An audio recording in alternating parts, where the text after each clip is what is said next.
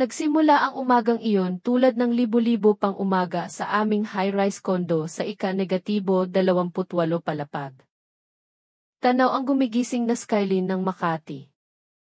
Malamig pa ang hangin.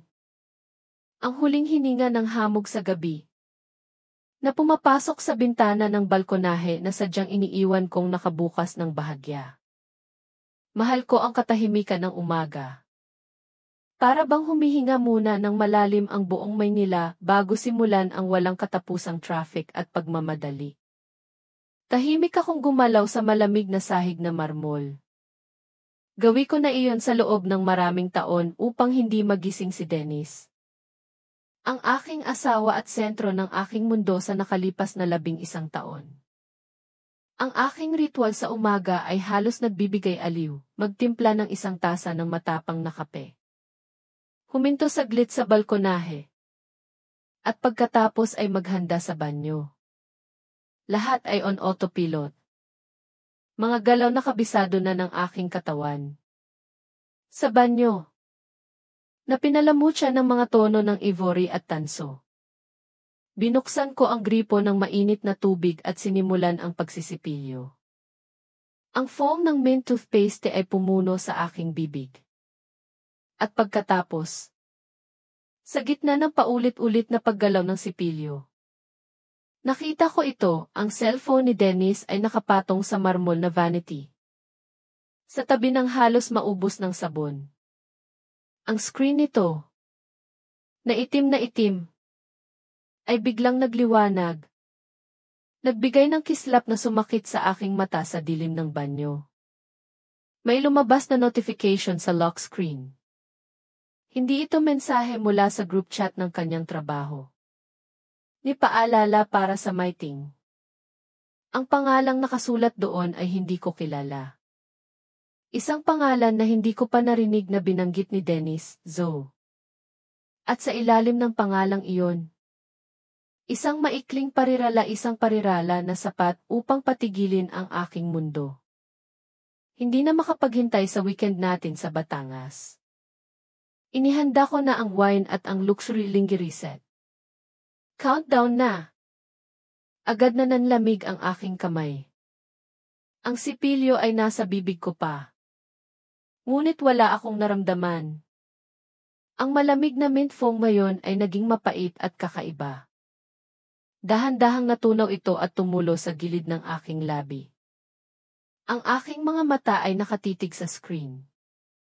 Paulit-ulit kong binasa ang pangungusap. Para bang naghahanap ng ibang kahulugan. Isang alternatibong posibilidad. Espasyo para sa isang pagkakamali.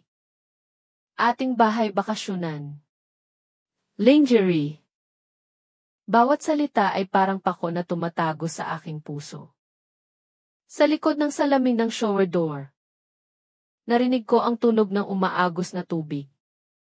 Naliligo si Dennis. Narinig ko siyang humuhuni ng mahina. Ang tunog ng bumabagsak na tubig at ang kanyang masayang paghuni ay tila isang panunuya. Ako ay paralisado dito. Nang ebidensya ng pagtataksil na inilatag sa harap ng aking mga mata ng may brutal na kalinawan. At siya, ilang hakbang lang ang layo, ay sinisimulan ang kanyang araw ng walang bahala. Walang kamalay-malay na ang kanyang mundo, ang aming mundo ay nagkalasog na ng walang pagbabalik. Muling dumilim ang screen ng telepono. Ngunit ang pangungusap ay nakatatak na sa aking isip. Hindi ko na kailangang i-unlock ang kanyang telepono. Hindi ko na kailangang malaman pa. Ang naramdaman ko sa sandaling iyon ay hindi isang paputok na gulat, kundi isang kumpirmasyon. Ang pakiramdam na ang huling piraso ng isang kakilakilabot na puzzle na matagal ko nang sinubukang baliwalain ay tuluyan ng nagkabit. Sa nakalipas na ilang buwan, maraming maliliit na bagay ang tila mali.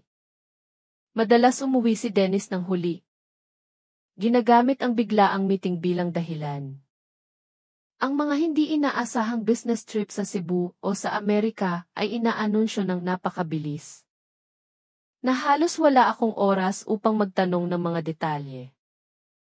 Ang kanyang telepono, na dati ay iniiwan niya kahit saan, ay laging nakataob sa mesa o nakatago sa bulsa. Ang kanyang laptop, na dati ay magagamit ko anumang oras, ngayon ay may bagong password. Ngunit ang pinakamasakit ay ang kanyang tingin. Ang kanyang mga mata, na dati ay laging tumitingin sa akin ng may init, ngayon ay madalas na lumalampas sa akin. Para akong isa na lang kasangkapan sa apartment. Madalas kong sinisikap na aliwin ang sarili ko. Huwag kang maging baliw. Anya. Lahat ay napapagod. Ang kasal ay nangangailangan ng pagsisikap. Huwag kang lumikha ng problema mula sa wala. Ngayon, nakatayo sa lababo, na may bibig na puno ng toothpaste. Gusto kong bumalik sa nakaraan at sumigaw sa aking sarili, huwag kang maging tanga. Anya, tigilan mo na ang pagbibigay ng dahilan para sa kanya. Binuksan ko ang gripo. Mabilis na nagmumog at naghugas ng mukha ng malamig na tubig. Hindi nanginginig ang aking mga kamay. Kakaiba. Naramdaman ko ang isang malawak, malamig na kawalan. Nang umalis ako sa banyo, nakabihis na si Dennis. Nakatayo siya sa harap ng malaking salamin sa aming silid. Inaayos ang kanyang navy blue na kurbata. Nakita niya ako sa refleksyon at mumityang parehong ngiti sa umaga. Isang ngiti na ngayon ay tila ang pinakanakakainis na maskara na nakita ko. May seminar ako sa Batangas. Bebe. Hindi siguro ako makakauwi hanggang Linggo ng gabi. Sabi niya habang inaayos ang kwelyo ng kanyang damit. Okay ka lang mag-isa. Dahan-dahan akong tumango. Lumabas ang aking boses ng mas matindi kaysa sa inaasahan ko. Walang emosyon. Walang panginginig. Naman. Ingat ka lang. Malamig sa Batangas tuwing gabi. Hindi ko tinanong ang tungkol kay Zoe. Hindi ko tinanong ang tungkol sa lingerie. Hindi ko gustong sirain ang stage play na pinagsikapan niyang itayo. Dahil sa malamig at walang laman kong isip. May ibang bagay na nagsimulang mabuo, isang plano. Isang script para sa counter-attack. At hanggat hindi perpektong handa ang lahat, hindi ako magsasalita ng isang salita. Yan simula ng alyansa. Naging isang masusing tagamasid ako. Pinanood ko kung paano inilagay ni Dennis ang kanyang telepono nang nakataob sa mesa. Kung paano lumingon ang kanyang mga mata sa bagay na iyon. Na para bang hinila ng isang hindi nakikitang magnet. May ugali si Dennis na tuwing Biyernes ng gabi pagkatapos ng kanyang laro ng basketball. Uwi siya. Magbubuhos ng 2 daliri ng whiskey. At matutulog. Alam kong pagkatapos ng 2 basong iyon, makakatulog siya ng mahimbing. Biyernes ng gabi ngayon isang pagkakataong tila itinakda ng kapalaran. Hinintay kong maging regular at malalim ang kanyang paghinga. Tulad ng isang magnanakaw sa sarili kong bahay. Dahan-dahan akong bumangon. Sa gilid ng kama, nagcha-charge ang kanyang telepono. Alam ko ang kanyang fingerprint ang kanyang kanang hintuturo. Sa loob ng maraming taon, na-unlock ko ang kanyang telepono upang mag-set ng alarma o sagutin ang isang tawag habang siya ay nagmamaneho. Ang isang kilos na dating batay sa pagtitiwala. Ngayon ay ang susi upang buksan ang Pandora's box niya. Kinuha ko ang kanyang kamay. Dahan-dahan kong inilagay ang dulo ng kanyang hintuturo sa sensor ng telepono. Click! Ang screen ay nagliwanag. Walang pagbabalik.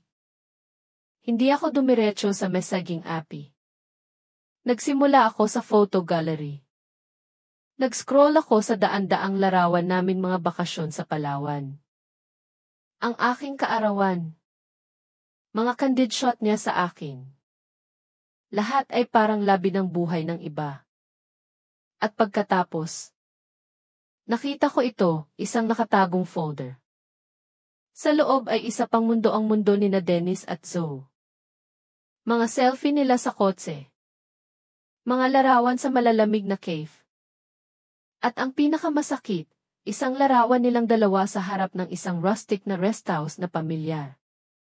Ito ang ari-arian na binili namin 2 taon na ang nakakaraan sa Batangas. Gamit ang bonus ko. Ang lugar kung saan kami sana magtatayo ng aming mga alaala ng magkasama.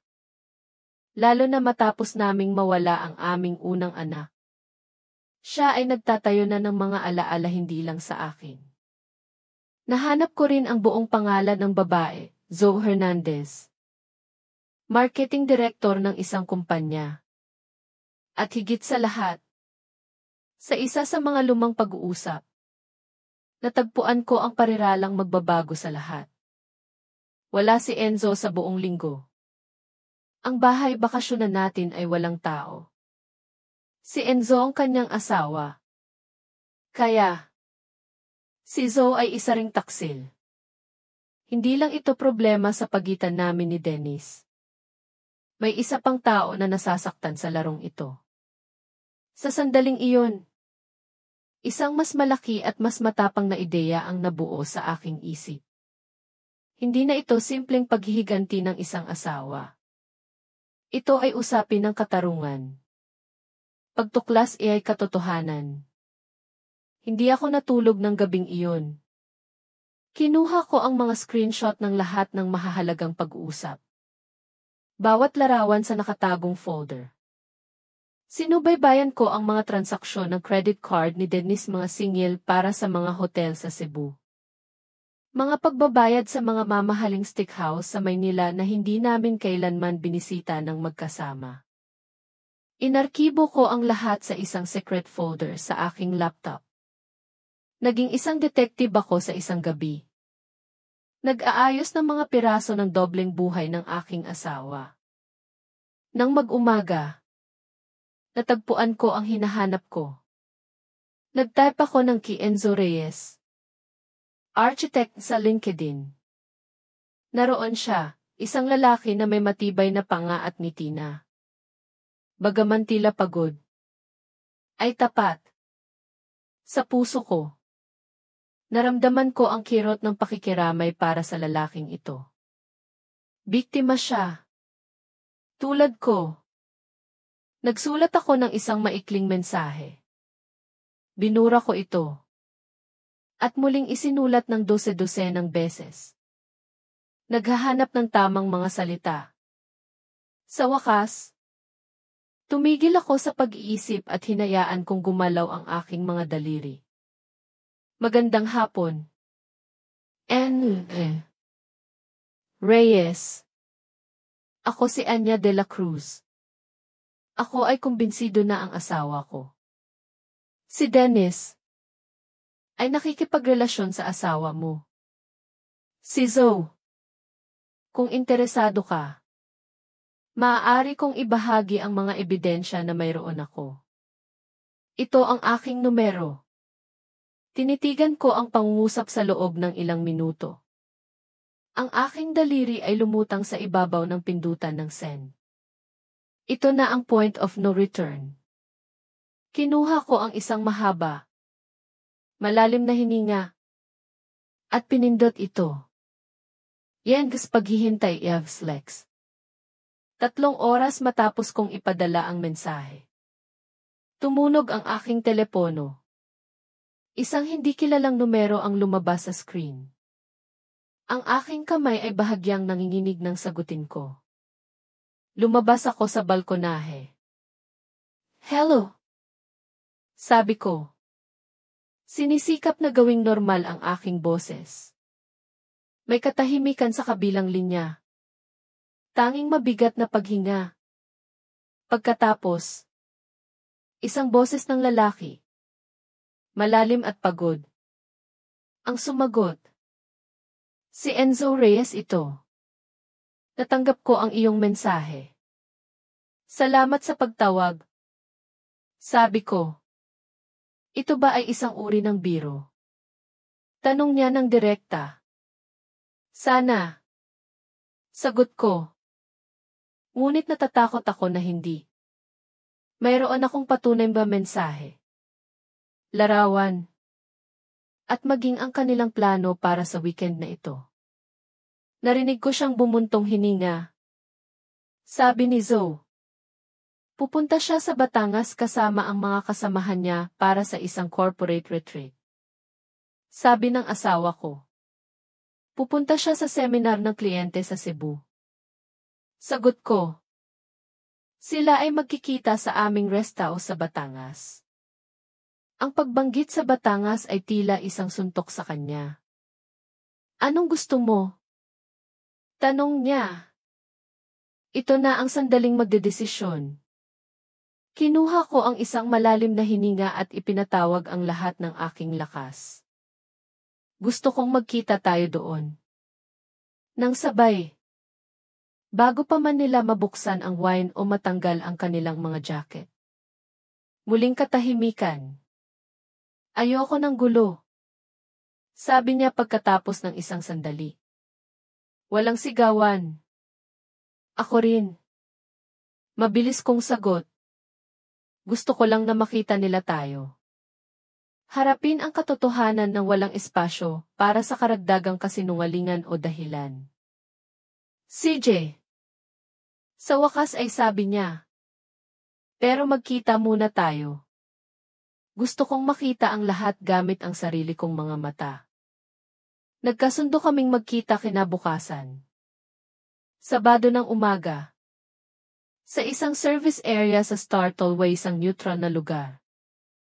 Iengis bahay bakasyonan Batangas. Nang umalis ako sa Makati noong linggo ng umaga. Ang himpapawid ay kulay pale violet pa. Ang mga kalsada ay malinaw. Habang iniiwan ko ang lungsod, ang hangin ay naging mas malinis. Nagsimula akong maamoy ang maalat na amoy ng karagatan. Ang Batangasang lugar na dapat ay kanlungan. Ngayon ay ang larangan ng digmaan. Ang rest house ay medyo hiwalay. Sa dulo ng isang maliit, paikot-ikot na kalsada na napapalibutan ng mayayabong na kagubatan. Nang lumiko ako sa gravel driveway, nakita ko ito, isang modernong log structure na tila sumasama sa kalikasan. Maganda, mapayapa, at puno ng kasinungalingan. Ipinark ko ang aking sasakyan sa tabi ng isang silver sedan na naroon na. Ang kotse ni Enzo. Hindi nakakandado ang pinto. Dahan-dahan ko itong binuksan at pumasok. Nakatayo si Enzo sa harap ng malaking bintana sa sala na nakaharap sa dagat. May hawak siyang tasa ng kape. Hindi siya lumingon. Matagal ka na ba rito? Ang aking boses ay medyo paos. 1 oras na. Kailangan ko ng sandali upang makita muli ang lugar na ito. Sagot niya. Nakatingin pa rin sa dagat. Naintindihan ko. Ang huling beses na narito ako ay 3 taon na ang nakakaraan. Tahimik kong sinabi. Higit sa sarili ko. Matapos naming mawala ang aming unang anak. Nangako si Dennis na muli naming itatayo ang aming kaligayahan dito. Lumingon sa akin si Enzo. Sa kanyang pagod na mga mata, mayroon na ngayong kislap ng awa. Si Zoe. Gusto rin niyang magkaanak. Malumanay niyang sinabi. Pagkatapos ng 2 bigo na pagtatangkasagi. Tumigil siyang magsalita tungkol dito. Akala ko. Dahil nalulungkot siya. Ngayon, naiintindihan ko. Hindi niya kailangan ang oras ko. Dahil inilaan niya ang lahat ng iyon sa ibang tao. Hindi na tayo nag-iisa. Sabi ko. Lumalabas ang katotohanan. Huwag nating sayangin ang pagkakataong ito. Sama-sama kaming gumalaw. Hindi bilang mga host na naghahanda ng isang party, kundi bilang dalawang forensic investigator na nagre-reconstruct ng isang krimen. Inayos namin ang mahabang mesa na kahoy sa gitna ng silid. Ang mesa kung saan malamang na umupo sina Dennis at Zoe. Nagpaplano ng kanilang susunod na kasinungalingan. Kinuha ni Enzo ang isang bote ng merlot at inilagay sa gitna. Kinuha ko ang 4 na basong kristal at inihanay. 2 sa isang tabi. 2 sa kabilang tabi, isang perpektong pormasyon para sa isang komprontasyon. Yengs pagbaba ng kortina. 5:57 ng hapon. Ang hangin sa loob ng rest house ay napakakapal. Parang guitar string na handa ng maputol. Nakatitig kami ni Enzo sa kalawakan ng dagat. Sa mesa, ang bote ng merlot ay nakatayo. At sa tabi ng upuan ko, isang makapal na Manila envelope na puno ng lahat ng bala na kailangan namin. Pagkatapos ay narinig namin ito ang pagaspas ng graba sa ilalim ng mga gulong ng kotse. Isang itim na isgu ang huminto sa harap ng deck. Si Dennis ang unang lumabas. May leather jacket. Isang maliit na maleta sa isang kamay. At isang gift bag sa kabilang kamay. Mukha siyang relax. Masaya. Agad-agad.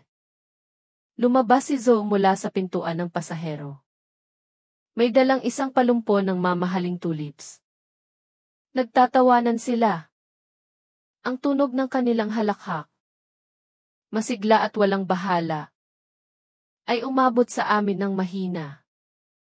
Umikot ang susi sa kandado.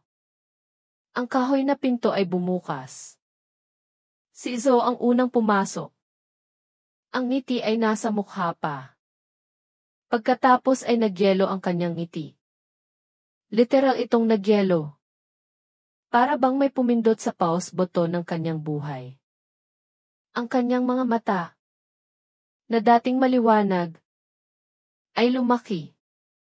Puno ng pagkalito. At pagkatapos ay takot.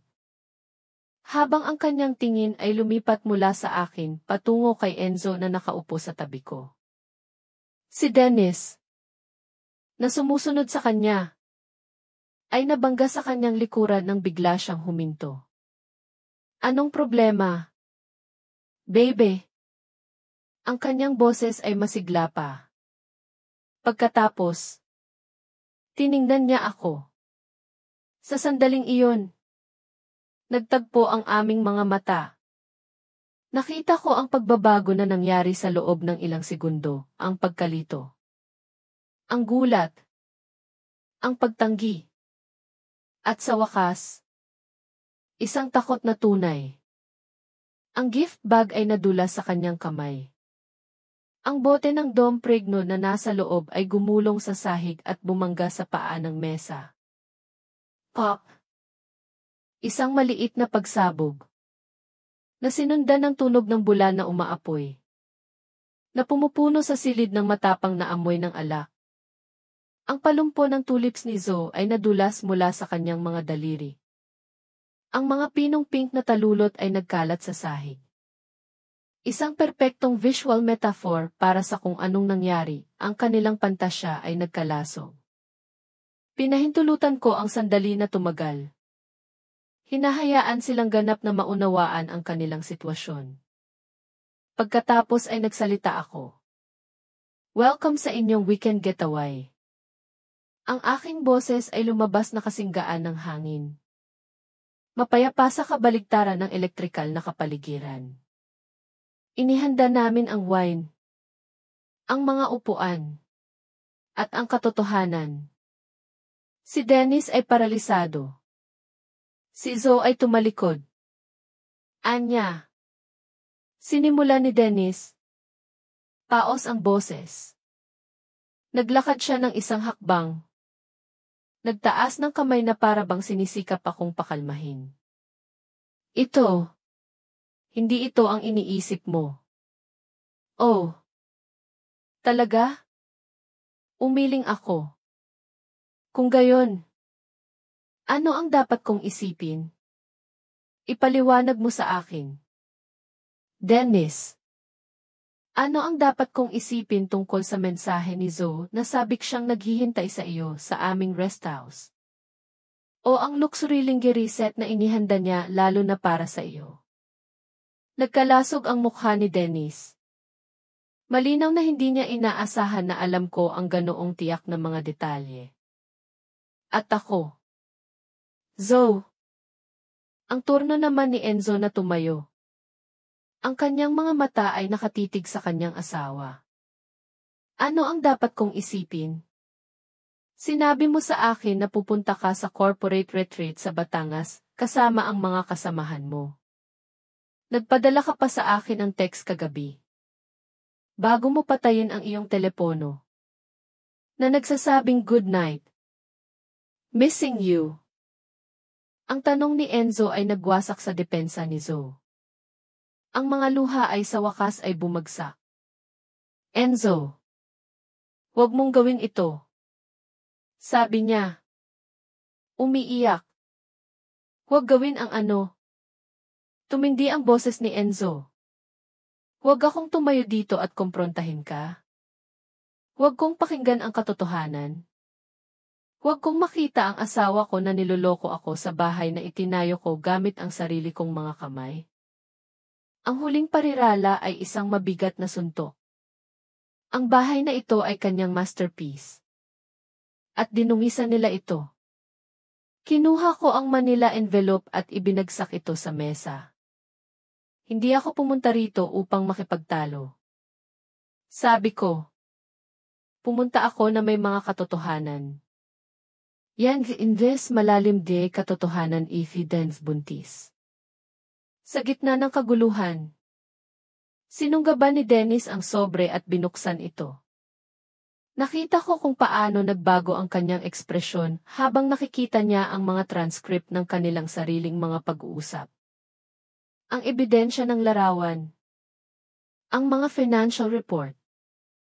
Ibinato niya ang mga papel sa sahig. Sinusubaybayan mo ba ako? Sigaw niya.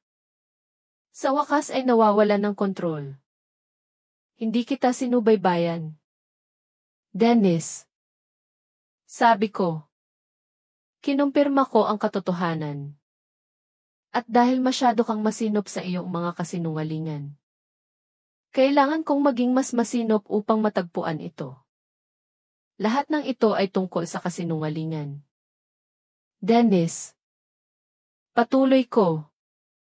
Binaliwala mo ang iyong pagtataksil sa pamamagitan ng pagsasabi sa iyong kabit na masyado akong abala.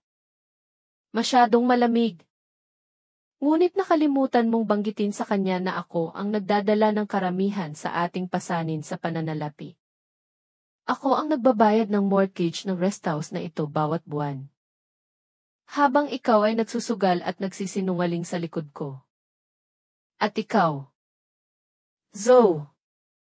Sabi ni Enzo. Malamig ang boses. Sinabi mo sa akin na nagpapaliban ang bangko sa pag-apruba ng pautang para ayusin ang bubong ng bahay natin. Ngunit inilipat mo ang halos 500,000 sa isang rehab facility sa New Jersey. Ang beneficiary, Jamal Hernandez. Ang iyong kapatid. Hindi ba? Si Zoe ay walang kibo. Hindi mo nais na ibahagi ang katotohanan. Sabi ni Enzo. Nagsinungaling ka sa akin tungkol sa mga problema ng iyong pamilya. At sigurado ako na hindi mo rin sinabi kay Dennis. Iyan ang tanging bagay na mayroon kayong dalawa na magkapareho. Sabi ko. Tumitingin sa kanila. Hindi kayo naging tapat. Hindi sa amin. Ang inyong mga asawa. O kahit sa isa't isa. Humingi ng tawad si Dennis. Binabanggit ang aming magagandang alaala. Totoo iyan. Dennis. Sabi ko. Marami tayong magagandang alaala. Ngunit ang katotohanan na pinili mong ipagpalit ang lahat ng iyon para sa hindi tiyak na thrill ng isang affair sa isang taong hindi rin tapat sa kanyang sariling asawa, ay nangangahulugang kailangan kong protektahan ang nalalabi kong buhay mula sa iyong masamang mga desisyon.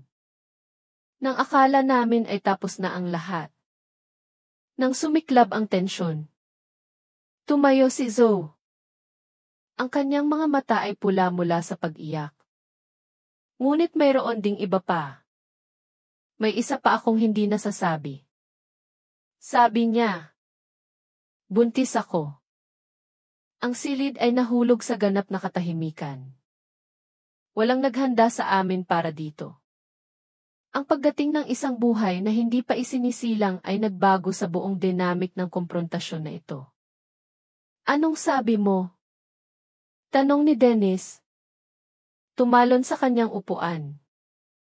Nalaman ko lang noong nakaraang linggo. Sasabihin ko sana sa iyo dito ngayong weekend. Sa akin ba iyan? Tanong ni Enzo.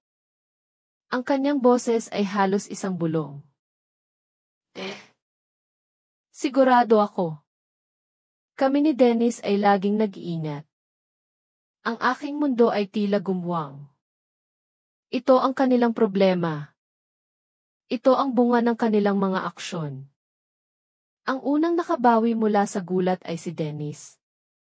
Ngunit ang kanyang reaksyon ay horror at paghamak. Buntis ka sa kanya? Tanong niya. Itinuro si Enzo ng may labis na paghamak. Sa kauna-unahang pagkakataon. Nakita ko ang isang kislap ng lakas kay Zoe. Huwag mo siyang tawaging siya. Suminghal siya. May pangalan siya. Enzo. Asawa ko. Ate. Nagkamali ako sa pagtataksil sa kanya. Pero hindi ako nagsinungaling sa kanya tungkol sa damdamin ko para sa iyo. Iyan is kabanata ng pagtatapos. Ang gulo nila ay hindi na gulo ko. Kinuha ko ang aking bag at kinuha ang huling dossier kulay maroon. Dahan-dahan ko itong inilagay sa mesa. Dahil ang lahat ay lumabas na. Sabi ko, hindi ko na ito pahahabain. Ito ang divorce petition at lahat ng financial documentation na inihanda ko. Ang aming pinagsamang asset ay legal nang nailipat sa magkahiwalay na account.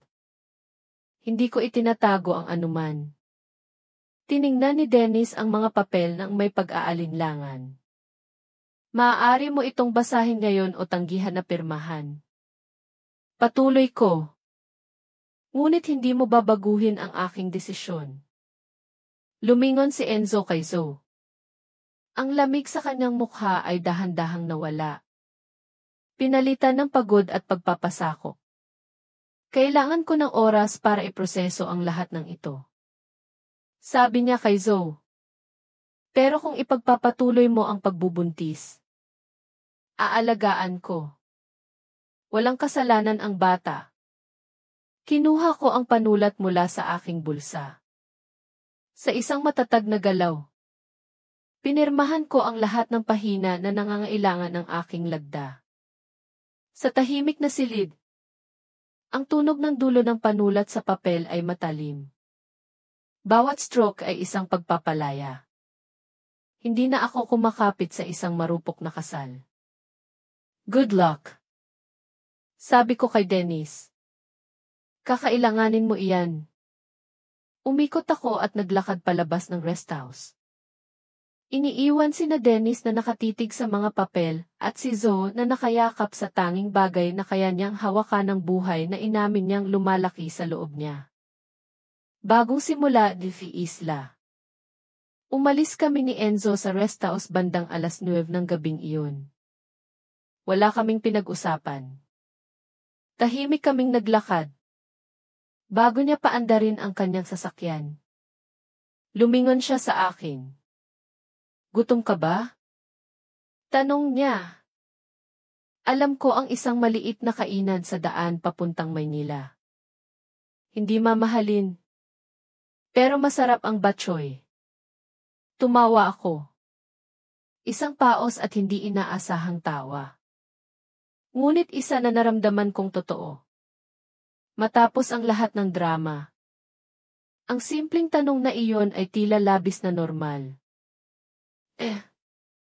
Sagot ko. Gutom na ako. Hindi kami naging magkasintahan ni Enzo. Ngunit alam kong nang gabing iyon, nagkaroon ako ng mas mahalagang bagay, isang kaibigan. Isang tao na naglakad kasama ko sa pinakamadilim na gabi ng aking buhay. Pagkaraan ng 6 na buwan, nakatayo ako sa balkonahe ng isang maliit na bahay sa Palawan. Mayroon akong isang tasa ng mainit na tsaa sa aking kamay. Pinapanood ko ang mga alon na gumugulong patungo sa dalampasigan. Ang debosyon namin ni Dennis ay natapos sa loob ng wala pang 2 buwan. Salamat sa aking masinop na paghahanda. Nakuha ko ang karamihan sa aming mga asset. Kabilang ang cash settlement para sa rest house sa Batangas. Hindi ko na kailangan ang isang lugar na puno ng mga multo ng nakaraan. Ang karera ni Dennis sa kumpanya ay unti-unting humina.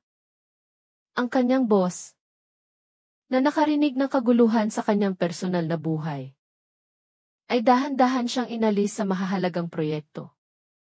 Hindi na siya kandidato para sa Si Zoe ay nanganak noong nakaraang linggo. Nagpadala si Enzo sa akin ang tekstisang malusog na babae.